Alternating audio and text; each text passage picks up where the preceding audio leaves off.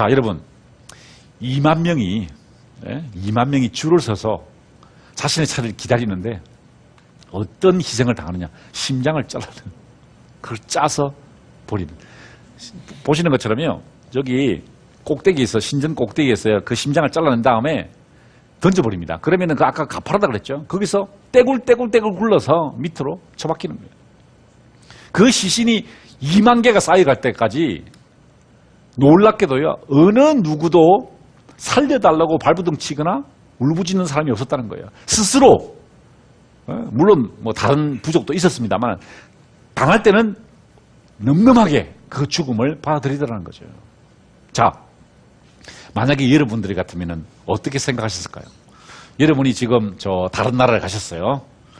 가셨는데 2만 명이 줄을 서서 심장이, 여러분 상상되십니까? 제가 가보니까요, 파리가 많아요. 그 지역에 파리도 이리 커요. 시커먼 게 끔찍하더라고요. 그 시신에 파리가 얼마나 많았겠어요. 제가 그 생각이 딱 들더라고요. 파리가 너무 많아가지고. 그냥 파리의 윙윙거리는 소리와 그 피 냄새와 그 썩어가는 냄새가 나지 않겠어요? 그러니까 이 스페인 사람들에게서는 이것이 이해가 될 수 없는 거예요. 왜 이해가 되지 않을까요? 과연 이 사람들에게, 라틴 아메리카 사람들에게 이성이 있느냐는 거예요. 이성. 합리적으로 사고할 수 있는 이성이 있냐는 거예요.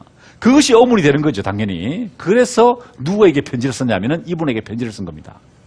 이분이 누구냐면은요, 스페인 명문대학 살라만카 대학의 신학부 석좌 교수였던 비토리아입니다.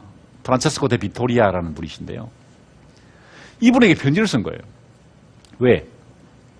이제 우리가 라틴 아메리카에 정착을 하고 이제 그리스도교의 복음을 전해야 되는데, 자, 이 인간들이 과연 신을 이해할 수 있는, 하나님의 존재를 이해할 수 있는 본성을 가지고 있느냐는 거예요. 이것들이 동물이냐 아니냐, 인간이냐 아니냐를 질의한 겁니다. 그랬더니 이 프란체스코 데 비토리아가 누구 책을 봐야 될까요? 그 당시 유럽 사람들 중에서 자기 그리스도교 밖에 있는, 문명 밖에 있는 사람들에 대해서 연구한 사람이 있었습니까? 거의 없었죠. 누구 책을 보게 될까요? 바로 토마스 아퀴나스의 이교도 대전을 읽게 됩니다. 그 이교도 대전을 읽으면서 그 토마스 아퀴나스가 어떻게 이야기했죠? 무슬림과 유대인들과 비기독교 그리스도인들도 하나님의 존재를 인식할 수 있는 지성을 가지고 있다, 본성적으로 가지고 있다 그랬죠? 그것을 차용해서 제2토미즘을 만드는 겁니다. 제2토미즘이 두 번째 토미즘입니다. 아니, 이것을 스페니시 토미즘이라고도 해요. 스페인에서 발견됐기 때문에. 그래서 이 제2토미즘 혹은 스페니시 토미즘, 스페인 토미즘에 의해서 뭐가 발견되는 겁니까? 바로 유럽 밖에 있는 사람들, 아시아와 라틴 아메리카에 있는 그 사람들에게도 신을 이해할 수 있는 능력이 있다라고 해석을 내림으로써 어떻게 보면 이제 세계가 한 개의 문화권 속으로, 혹은 서로를 존중하고 서로에게 대화를 건넬 수 있는 이론적 기초가 마련되었다는 것입니다. 자, 다시 산드로 보티첼리의 비너스의 탄생으로 돌아옵니다. 보시는 것처럼 비너스가 조가비를 타고 새로운 땅, 미지의 세계에 상륙하는 장면이죠. 무슨 말입니까? 여기에서 이 새로운 땅, 새로운 세계에 대한 긍정이 일어났다는 것이죠.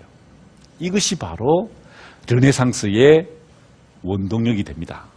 그 원동력은 비록 암흑의 시대라고 불렸지만, 어둠의 시대라고 불렸지만, 중세 시대를 빛냈던 두 개의 별에 의해서 그 여명이 밝아오게 되었다는 것이죠. 과연 어떻게 하면 문화가 중화하는 거냐. 중세 시대의 암흑이 흩어지고 새로운 빛과 아름다움의 시대, 창조의 시대가 르네상스 시작되는데요. 그렇게 그 르네상스 시대가 빛과 아름다움 그리고 창조의 시대를 열 수 있는 그 문화적 기틀은 어떻게 완성되느냐는 겁니다.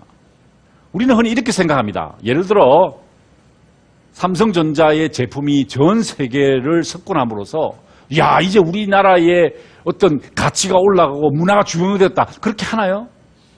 그렇진 않죠. 싸이가 수억 건의 유튜브 조회수를 기록한 것이 문화 중흥입니까? 저는 그렇게 생각하지 않습니다. 소녀시대의 저 현란한 몸 동작과 노래가 문화 중흥이었나요?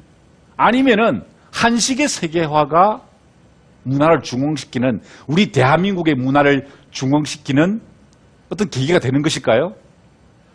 저는 이렇게 생각합니다. 인간의 보편적 가치가 발견돼야 한다는 것이죠. 인간의 보편적 가치, 그리고 세계에 대한 가능성, 세계에 대한 이해가 확대될 때 우리 대한민국에도 빛의 시대, 아름다움의 시대, 창조의 시대, 그런 문화 중흥이 가능할 것이라는 것입니다. 중세는 어둠의 시대가 아니었습니다. 중세는 밤이 아니었습니다. 오히려 그 중세의 밤을 밝히는 두 개의 찬란한 별이 중세의 어둠을 걷어내고요, 빛의 시대, 아름다움의 시대, 창조의 시대인 르네상스를 밝히는 여명이 되었습니다. 아우구스티누스가 인간을 발견했고요, 또 토마스 아퀴나스가 세계를 발견했습니다. 지금 우리에게 필요한 두 가지 발견, 인간과 세계의 발견입니다. 이것으로 제 5번째 강의를 모두 마치겠습니다. 감사합니다.